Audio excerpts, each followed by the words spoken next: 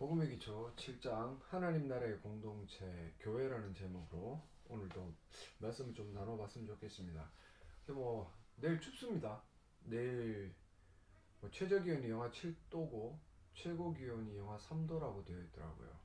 지금 밖에는 비도 오고 그래서 밖에서 일하시는 분들에게는 참 힘든 시간이 될 것 같아요. 저도 아침에 가서는 밖에서 잠깐 일을 하는데 따뜻하게 입고 나가셔가지고 이런 날씨에 또 비가 와서 기온이 떨어지면 길이 미끄럽겠죠, 그죠? 운전하시는 분들 운전 조심하시고요. 살살 다니시고. 그래서 내일 모레만 버티면 물론 모레가 영하 10도이긴 한데 그래도 최저 기온이 0도까지는 올라가더라고요. 그래서 조금은 더 나은데 그래도 모레까지만 어떻게 버티면 또 금요일부터는 또 쉬는 날이잖아요. 그래서 조금 더 힘내시고, 그래서 조금 추운 날씨 가운데 건강하게 하루하루 보내셨으면 좋겠습니다. 자, 하나님 나라의 공동체 교회다라는 제목인데, 하나님 나라의 공동체 이퀄 교회다. 그러면은 교회는 하나님 나라다라는 공식이 성립이 되는데, 제가 말씀드린 것처럼 하나님 나라는 예수 그리스도의 통치를 받는 그 사람, 그 사람이 머무는 물리적인 영역이나 정신적인 영역이나 이런 어떤 영역의 개념도 좀 추가시킬 수 있지만, 그래도 가장 핵심적인 것은 그 교회, 그러니까 하나님 나라의 지금 주인이 되시는 예수 그리스도의 통치에 순종하고 그 통치를 받는 그리고 그 사람들이 모여 있는 공동체, 모임, 이렇게 정의를 내릴 수가 있겠죠, 그죠? 그래서 지금 우리가 다니고 있는 교회라고 이름 붙여져 있는 그런 어떤 장소적인 개념은 실질적으로 오늘 이 7장에서 이야기하는 이런 공동체적 개념은 아니에요. 예전에는 이 교회라는 이름보다는 무슨 예배당이라고 이렇게 붙여져 있었는데, 언제부터인가 이 교회라는 단어와 혼용이 되기 시작하면서 이 교회의 진정한 의미가 건물인 것처럼 생각이 되어지는 그런 일들이 벌어지게 된 거죠, 그죠?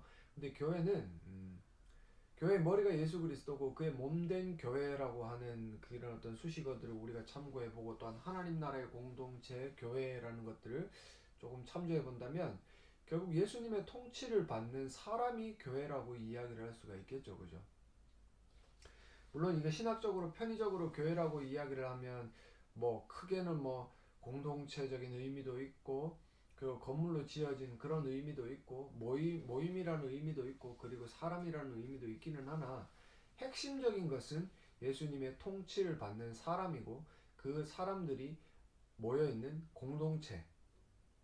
그래서 그리고 예수님의 통치를 받는 사람이 회사를 가도 그곳이 하나님 나라가 되는 것이고, 가정에 가도 하나님 나라가 되는 그 영역의 확장이 일어나는 어떤 개념들을 살펴보았을 때 이 교회 그런 어떤 개념들을 조금은 생각하시고 오늘 이 7장 교회라는 제목으로 하나님 나라의 공동체가 무엇인지를 한번 고민해 봤으면 좋겠습니다.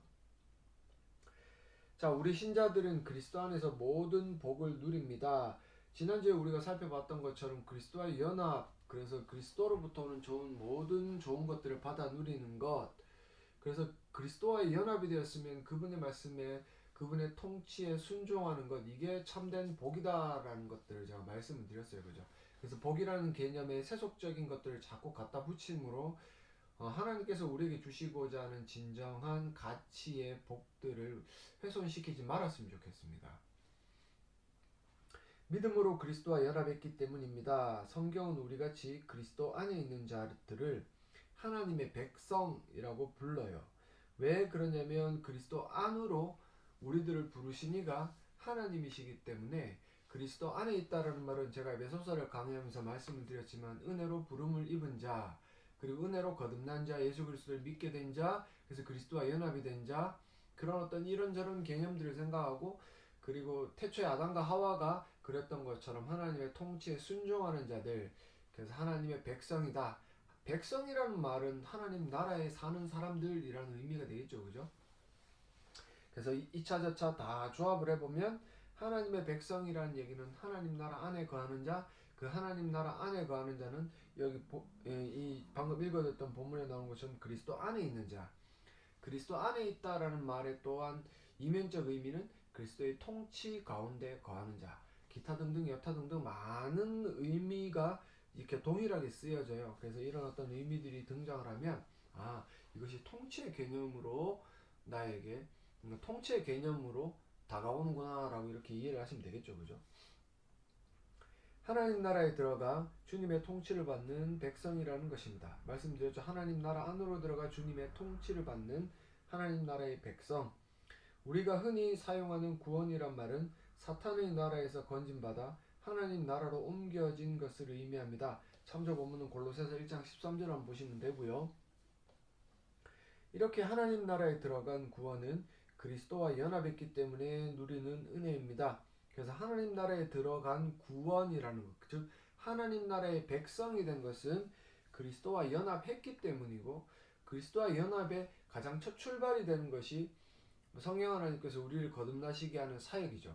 더 넘어선다면 하나님께서 우리를 택하신 그 사랑 안에 있겠지만, 그래도 우리가 구원론적인 의미에 살펴보았을 때는 성령 하나님께서 우리를 거듭나게 하시고, 그리고 우리 마음속에 믿음을 허락하여 주심으로 우리가 회심하게 되고, 회심한 이후에 우리의 어떤 그 예수님과 연합이 되고 그분의 모든 의로움이 우리 것처럼 여겨지는 그런 일들이 일어나는데, 여러분들이 아는 것처럼 그리스도와 연합이 그래서 중요하다. 그리스도와 연합되지 않으면 절대로 하나님 나라의 백성이 될 수 없고, 하나님 나라의 백성이 될 수 없다면 이 영원한 생명과 그 생명을 실현시키는 하나님 나라 영원한 천국을 유업으로 받지 못한다. 그렇다면 여러분들 한번 묻고 싶습니다. 흔히 우리가 세속적인 복처럼 이야기하는 가장 좋아하는 게 돈이죠. 그죠? 돈은 이 땅을 살아가면서 필요합니다. 필요 없어서 불편한 것보다는 있어서 편한 게 낫겠죠. 그죠? 근데 돈은 적으면 그저 불편한 것밖에 없어요. 굶어 죽는 사람은 거의 없단 말이에요. 누구든지 이렇게 육체가 건강하면 일을 하기 때문에. 그래서 돈이 적으면 조금 불편할 뿐이고, 돈이 많으면 조금 편한 삶을 살겠죠. 그죠?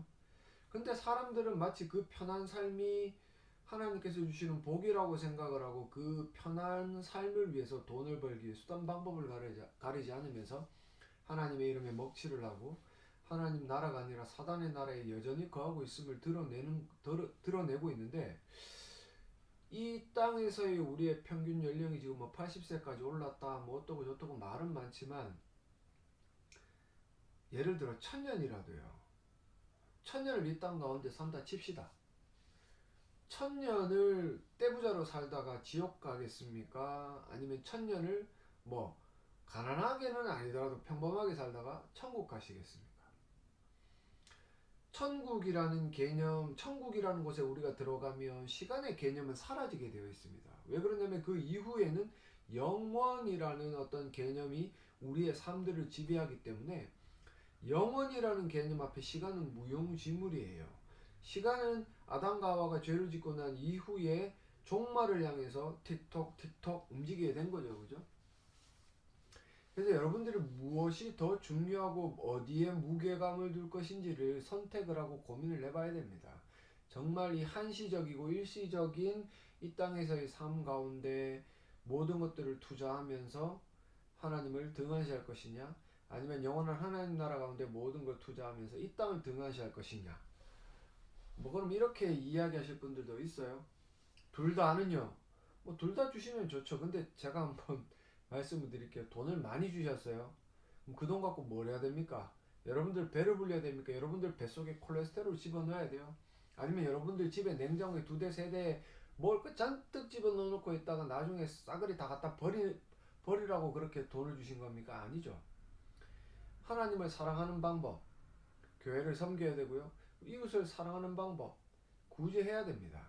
근데 누가 과연 지금 교회 안에 그렇게 돈이 많다라고 이야기하는 갑부들이 교회를 위해서는 쓰는지도 몰라요. 왜 복 받으려고. 자기가 장로가 됐으니까 그래도 위신이 있어서 쓰려고 애를 쓰는지 뭐죠. 근데 그것도 지금 요즘 들어서 장로님들이 교회를 위해 돈 쓰는 사람들 거의 못 봤습니다. 제가 사역하는 동안요. 물론 예전에는 돈이 많으신 분들은 교회를 건축하고 싶어서 자기가 가진 재산도 내어놓아서 교회를 건축하는 그런 어떤 열정도 있기는 있었지만 지금 그런 것도 없어요. 이웃 구제요. 죄송합니다. 이웃 구제는 뭐 헌금을 하죠. 나는 헌금했으니까 됐어. 그럼 하나님이 돈을 많이 주셨는데 그렇다면 헌금이라도 많이 하든지 구제 헌금이라도 많이 해가지고 이웃을 돕든지 이도 저도 아니잖아요.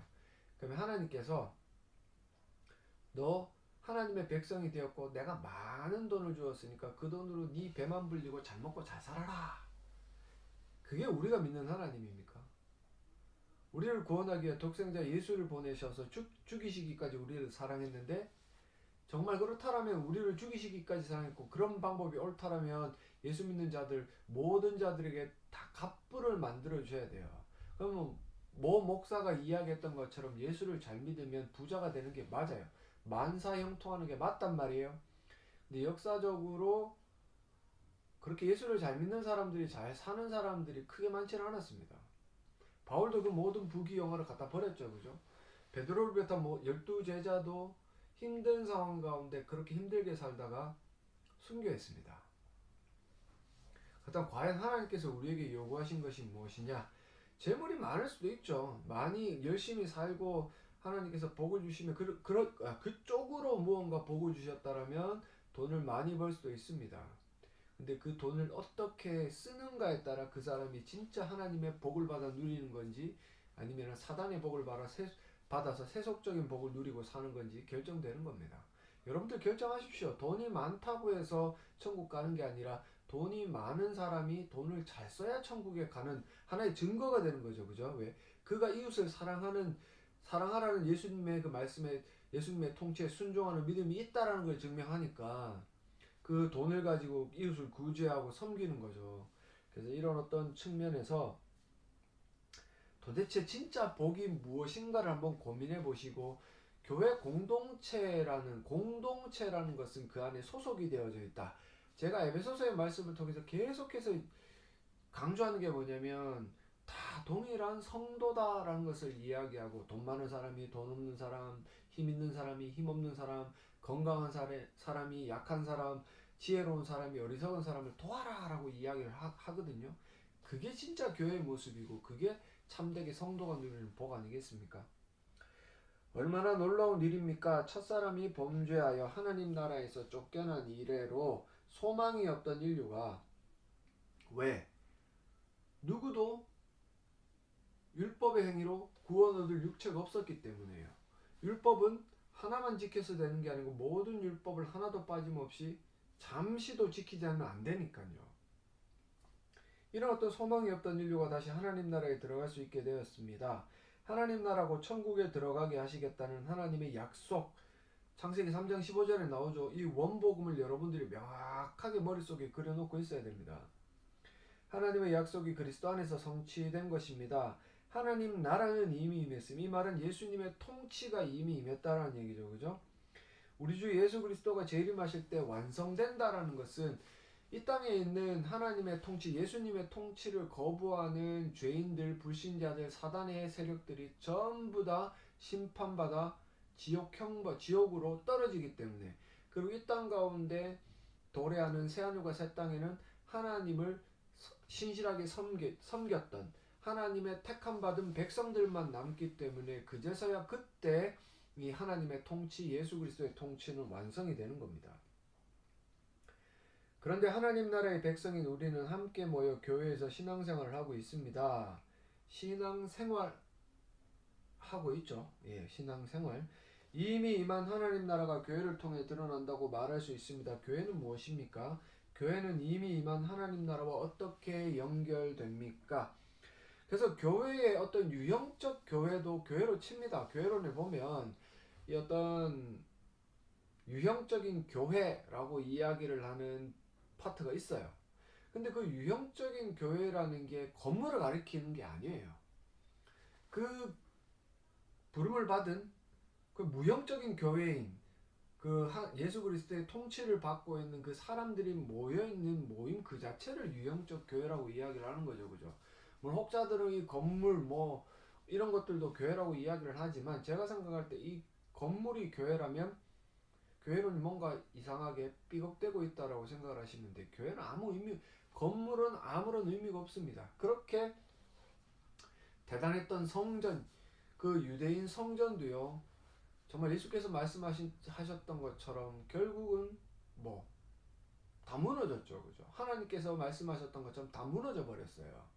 하지만 예수 그리스도라는 성전은 3일 만에 다시 지어졌다. 3일 만에 부활이 되었다. 그래서 그 성전과 연합된 우리라는 성전, 지금으로 따지면 교회인 우리가 지금 살아가는데 그저 건물로서만 평가를 내릴 수가 있는가? 그거는 여러분들 스스로가 한번 고민을 해보시면 될 것 같습니다. 건물은요, 아무런 의미가 없어요. 제가 말씀드렸죠. 돈이 많으면 편하고 돈이 좀 적으면 불편해요. 교회가 크고 넓으면 편하고 교회가 작으면 좀 불편해요. 작은 교회 하나님의 임재가 없습니까? 하나님의 임재는 복음이 선포되는 곳에는 하나님의 임재, 성령 하나님의 임재는 늘 항상 함께합니다. 차라리 큰 교회에서 복음을 선포하지 않아 그 임재를 경험하지 못하는 경우가 지금 대한민국 교회들은 더 허다하죠, 그죠? 그런데도 사람들은 전부 다 큰 교회로 몰려들어요. 왜? 숨기가 좋거든요. 그리고 큰 교회 다니면 왜? 뭔가 후광 효과라는 게 있죠. 심리학 용어에 보면. 자기는 별것도 아닌데 이제 자기가 처해 있는 환경이나 뭐 가문 이런 거 그런 것 때문에 후광 효과를 누리기 위한 뭐 어떤 그런 것도 있어요. 그래서 이 교회 챕터 1이 뭐라고 되어 있냐면 하나님 나라의 새로운 백성인 교회라고 이야기를 합니다. 사람을 가리키죠. 그죠? 하나님 나라의 새로운 백성인 교회. 에베소서에서 제가 말씀드렸던 것처럼 교회는 나다. 예수님의 통치를 받는 나고 예수님의 통치를 받아서 서로를 돕고 사랑하는 모임이 교회다. 지금 여기서도 그 얘기를 하는 거죠. 그죠? 자, 하나님 나라는 이미 임했고 회복되었습니다. 그래서 우리가 하나님 나라의 현재성에 관한 것들, 즉 이런 거 있죠. 노르망디 상륙작전, 2차 세계대전의 연합군의 승리를 가져왔던 노르망디 상륙작전을 우리가 D-Day라고 이야기를 합니다. 흔히 이제 그 D-Day라고 이야기를 하면 노르망디 상륙작전을 가리키고 V-Day, 즉 빅토리 데이, 승리의 날은 1945년도가 되겠죠. 그죠? 제가 알기로 노르망디 상륙작전이 43년인가 44년쯤으로 알고 있어서 뭔가 좀 이렇게 텀이 있어요. 기간이 있단 말이에요.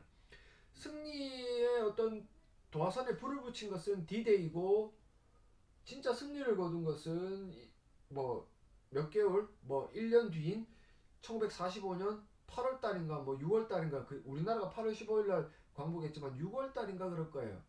독일이 패망했던 게. 그래서 이런 어떤 D-Day와 V-Day 사이에 차이가 있어요. 지금 우리의 어떤 예수님의 초림과 재림이 이와 같단 말이에요. 예수님이 초림하심으로 말미암아 사단의 머리가 박살은 났어요.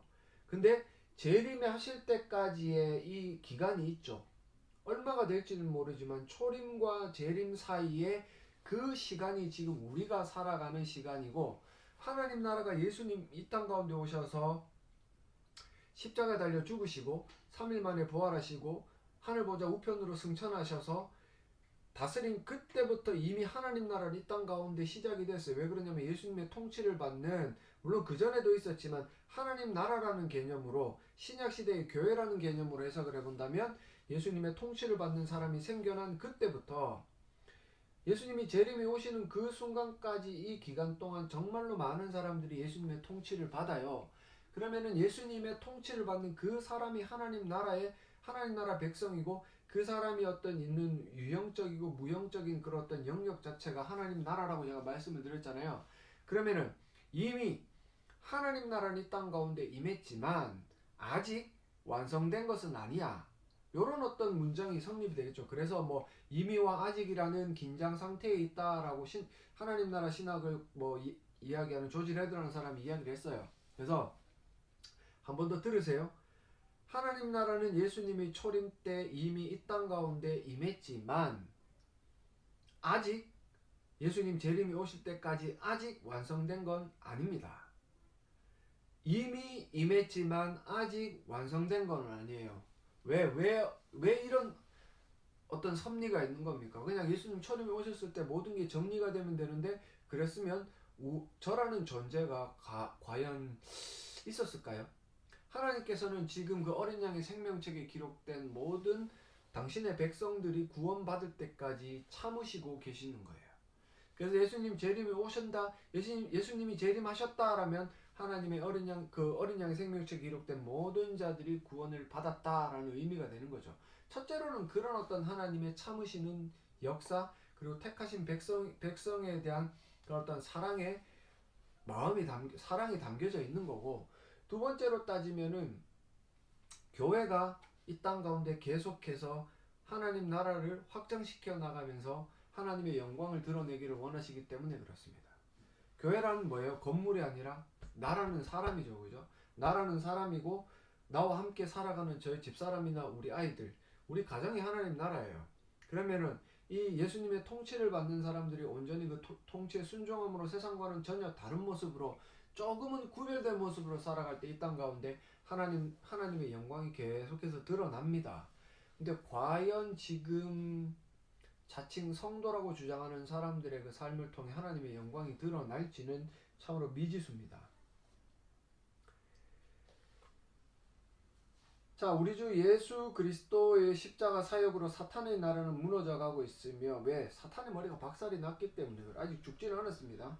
하나님 나라는 힘차게 전진하고 있습니다. 우리 주님이 이미 사탄을 패배시켰기 때문입니다. 주님은 그 십자가 승리로 우리를 구원하여 하나님 나라의 백성이 되게 하셨습니다. 예수님은 내 교회를 세우시겠다고 말씀하셨습니다. 마태복음 16장 18절에 또 내가 내게 이르노니 너는 베드로라, 내가 이 반석 위에, 이 반석이라는 것은 베드로가 했던 고백입니다. 고백, 신앙 고백. 주는 그리스도시요 살아계신 하나님의 아들입니다. 이 말을 더 쉽게 풀어보면 예수님은 창조주요 통치자입니다 라는 말이에요. 그러면은 이 예수님이 창세기 3장 15절에 기록된 창조주요 통치자로 이 땅 가운데 오셨기 때문에 그 베드로의 고백은 말 그대로 복음입니다. 복음의 기초 위에 내 교회를 세우는데 음부의 권세가 이기지 못한다. 음부라는 것은 죽음을 가리키는 거죠. 뭐 흔히 사람들이 뭐 지옥이다라고 이렇게 이야기를 하는데, 구약의 똑같은 단어의 의미를 담고 있는 스올이라는 단어가 대부분 죽음 아니면 무덤이라는 말을 가리켜요. 그렇다면 여기서도 음부의 권세라는 것은 뭐 죽음의 권세, 즉 더 의역을 해본다면 사단의 권세겠죠. 그죠? 그 사탄의 권세가 예수님의 교회를 이기지 못한다. 그러면 이 교회는 사탄의 권세를 이기고 세속화될 수가 없고 복음만이 충만하게 선포되고 그 교회에 들어오는 모든 자들이 살아 숨쉬는 곳이 되어야 되는데, 다시 한 번 더 말씀드리지만 여러분들의 교회가 과연 이런 기능을 제대로 감당하고 있습니까? 하나님 나라가 이 땅에 임한 결과 주님의 교회가 세워진 것입니다. 하나님 나라에 들어간 하나님 나라의 백성을 교회라고 부릅니다. 그렇다면 교회는 바로 믿는 신자들 자체입니다. 하나님 나라에 들어가 주님의 통치를 받으며 그 복을 누리는 우리가 교회입니다. 흔히 오해하듯이 교회는 어떤 건물이나 특정한 조직을 가리키지 않습니다. 다른 식으로 표현하면 그리스도 안에서 주님의 통치를 받는 제자들이 바로 교회입니다. 제자들 여러분도 한번 떠올려보시면 아시겠지만 제자들의 삶은 예수님을 위한 삶이었고 예수님을 위해 죽었습니다. 물론 지금 여러분들 보고 제자가 되었다고 해서 죽으라는 얘기는 하지만 정말 순교함을 각오할 정도로 세상 가운데 여러분들이 예수님의 그 통치에 순종하고 있습니까? 제자의 삶이 그렇게 간단하고 녹록한 삶은 아니에요.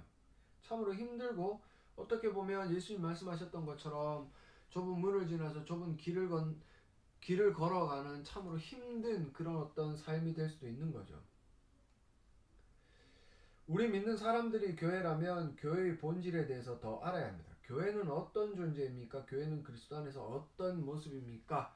그래서 교회론에 관한 것들을 공부하면서 우리 스스로를 비추어 보고, 그리고 지금 우리가 몸담고 있는 예배당, 그러니까 우리가 예배드리는 그 예배당은 어떤 형태를 가지고 있는지, 이것도 참 어폐가 있는 말이고, 그냥 교회 여러분들이 모여있는 그 공동체의 모습은 어떤 건지 한번 고민해 보면 좋겠어요. 에베소서 2장 14절과 22절 그는 우리의 화평이신지라 둘로 하나를 만드사. 여기서 둘이라는 것은 이방인과 유대인을 가리키죠. 제가 지난주였나요? 이 설교를 했어요. 강의를 했어요. 원수된 것, 곧 중간에 막힌 담. 중간에 막힌 담이라는 거는 유대인들이 가지고 있는 혈통성과 우월성, 우월주의, 유대인 우월주의를 가리키고, 그리고 뭐 율법주의도 가리킬 수 있겠죠. 헬라인들은 자기들이 그 유대인들과 견주어 가지고 있었던 헬라적인 사고, 그죠? 영지주의 뭐 이런 어떤 기타 등등의, 그리고 자기들이 살아왔던 생활 패턴과 습관들 이런 거겠죠, 그죠? 이런 근데 이 중간에 막힌 담이라는 거는 성전에 있는 담을 가리키고, 이 성전에 있는 담은 결국 유대인과 이 이방인들이 이 담 넘어서 갈 수 없도록 규정지어 놓은 그런 것들이기 때문에, 여기서 오히려 이 유대인들이 가지고 있는 우월성, 우월주의, 혈통주의 이런 걸 더 가리키기가 쉽겠죠, 그죠? 법조문으로 된 계명의 율법을 폐하셨다. 이는 이 둘로 자기 안에서 한 세 사람을 한 세 사람이에요. 한 세 사람.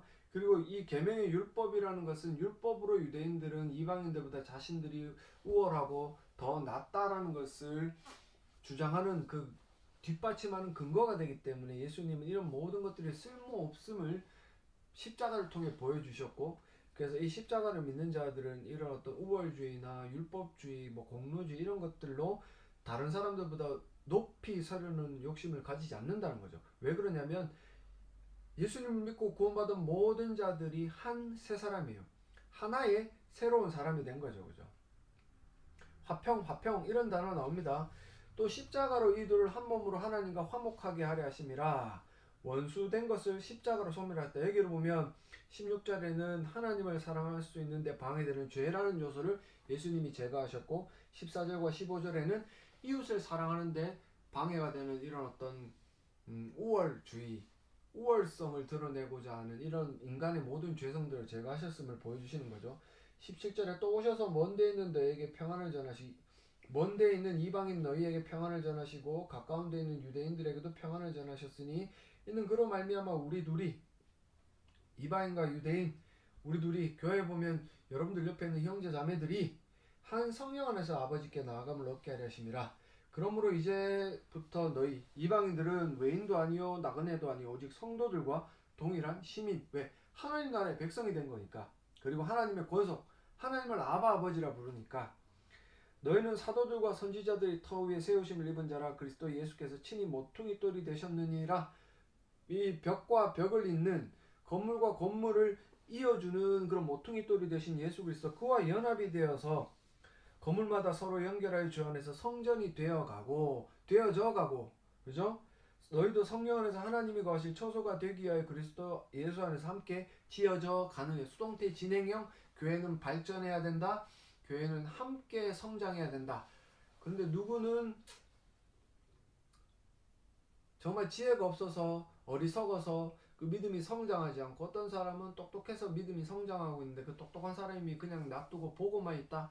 돈이 없는 사람이 그 근심 걱정 때문에 교회에 나올 수도 없는데, 돈 많은 놈은 뭐 맨날 주일날 교회 와가지고 갑질하고, 그 돈 없는 사람한테 돈 좀 줘가지고 주일날 예배 드릴 수 있게 해주는 그런 일들이 벌어지지 않는다면 이거는 교회가 아니다. 왜? 함께 지어져 갑니다. 함께.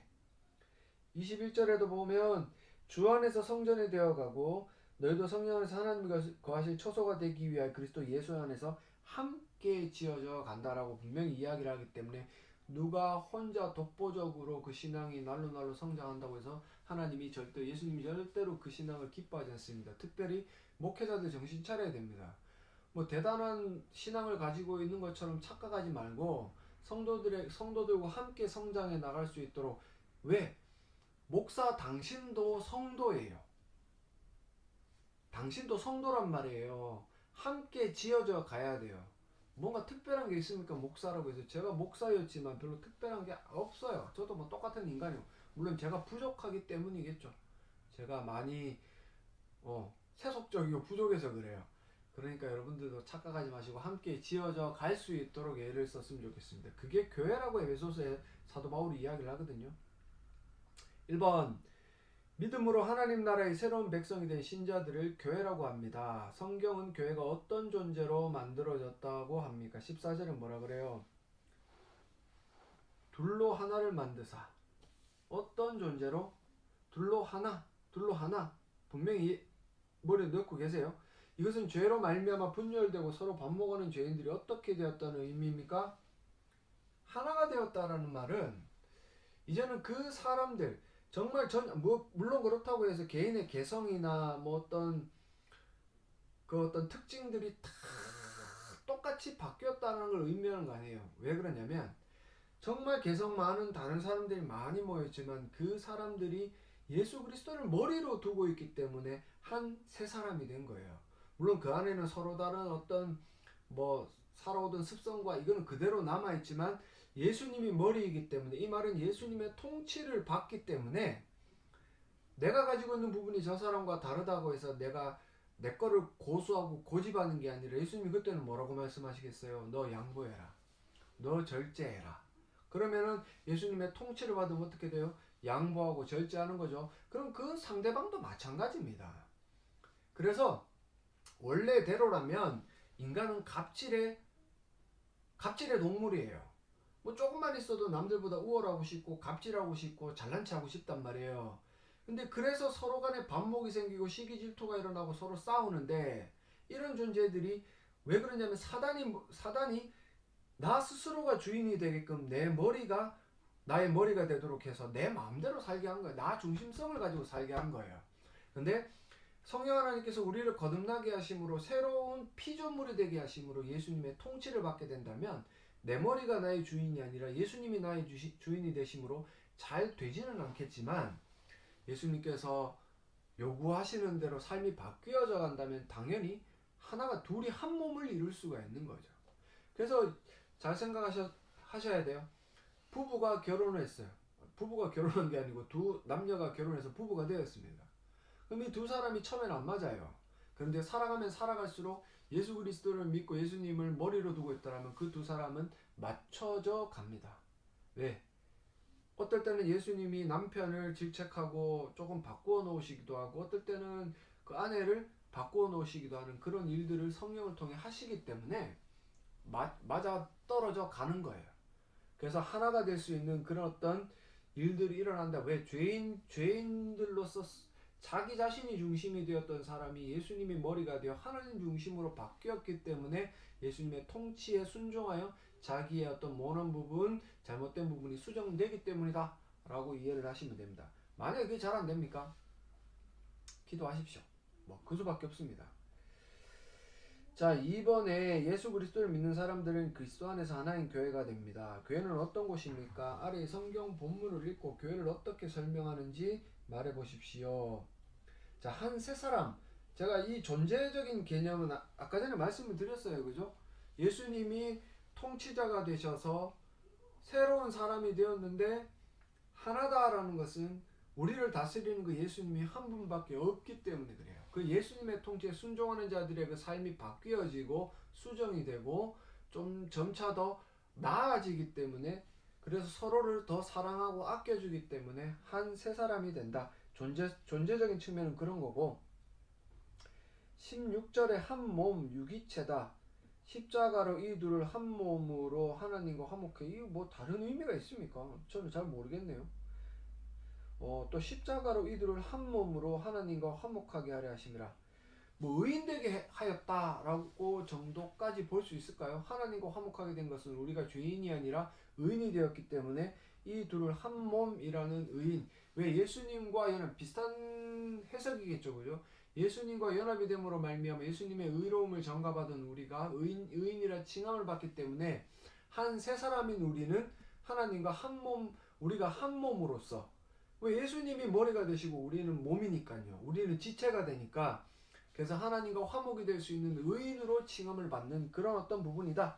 그 특권은 동일한 시민, 하나님 나라의 백성, 하나님 나라의 백성을 우리가 누리는 복이 뭐가 있습니까? 말씀드렸던 그리스도와의 연합, 그리고 이 그리스도인들이 모여서 교회로서 서로 교제하고 사랑하고 아껴주고 서로 돕고, 초대교회 모습 있죠? 함께 나눠 쓰고 그리고 모든 것들을 이렇게 기쁨도 나누고 슬픔도 나누는 그런 어떤 일들을 행하는 것, 그게 하나님 나라의 시민이기 때문에, 하나님 나라의 백성, 특별히 교회이기 때문에 가능한 거 아닙니까? 그리고 하나님의 권속이다, 가족이다, 로열 패밀리가 된 거죠. 하나님을 아바 아버지라 부를 수 있는 특권을 받아 누리는 것, 이것만큼 중요한 게 어디 있습니까? 그러면 옆에 있는 형제 자매와도 우리는 하나님을 아버지라고 부르기 때문에 가족이고, 이렇게 많은 가족이 있다면 든든합니다. 든든해요. 뭐 이 권속이나 시민이나 둘 다 비슷한 의미를 담고 있겠죠. 서로 사랑하는데 내 것을 줄 수 있는, 뭐 함께 고통과 함께 슬픔과 함께 기쁨을 나눌 수 있는 그런 존재다. 그래서 이게 특별히 한 세 사람이나 한 몸은 특별히 다를 게 없고, 시민과 권속이라는 것도 특별히 다를 건 없어요. 왜? 비슷한 의미를 담고 있기 때문에 한 세 사람은 결국 그리스도의 통치를 받는 사람이고, 한 몸이라는 것은 그 통치를 통해서 의인이라 칭함을 받은 하나님과의 화목한 관계를 이룰 수 있는 의인인 우리, 특별히 예수님이 머리가 되시기 때문에 동일하게 우리가 하나님과 함께 할 수 있는 그런 어떤 몸으로서의 역할을 감당한다.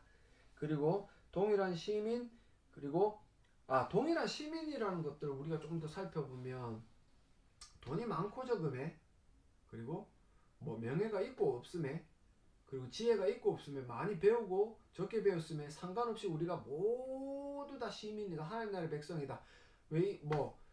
물론 대한민국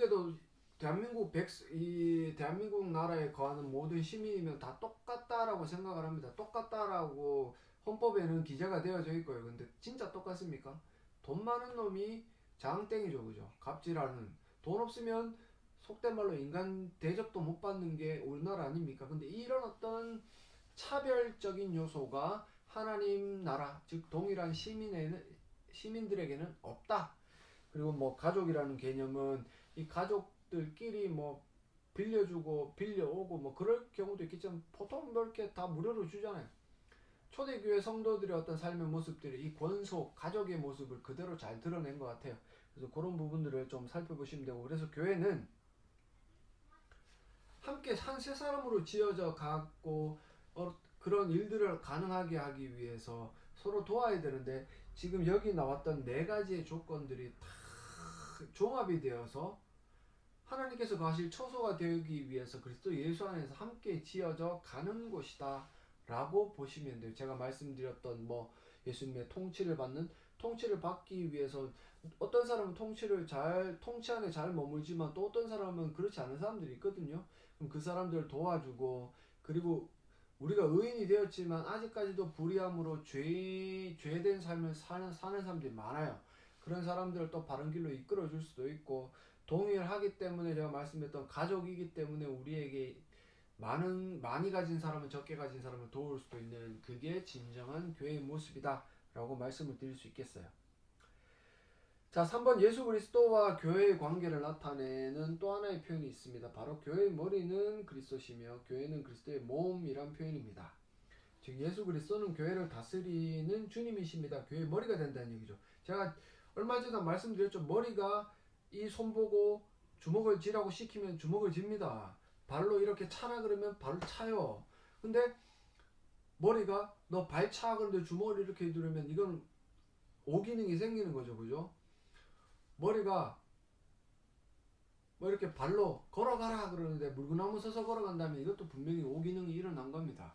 그래서 교회의 머리라는 얘기는 이 교회를 온전히 우리가 가지고 있는 이 뇌처럼 통치하고 있음을 선포하는 말씀이죠. 그죠?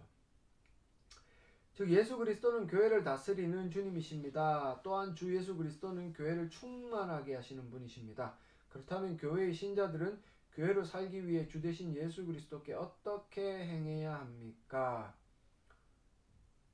뭐 골로새서 1장 18절에 그는 몸인 교회의 머리시라. 그가 근본입니다. 우리가 근본이 아니에요. 그가 근본이시여 죽은 자들 가운데서 먼저 나신 이시니 이는 친히 만물의 으뜸이란 말은 뭐 만주의 주, 만물의 통치자, 이런 의미를 담고 있는 거죠. 그죠? 그래서 예수 그리스도가 근본이기 때문에 교회에서 인간들이 이 큰 소리를 내기 시작하면 안 돼요. 목사가 마치 교회의 머리가 되는 양 설레발을 치면 안 돼요.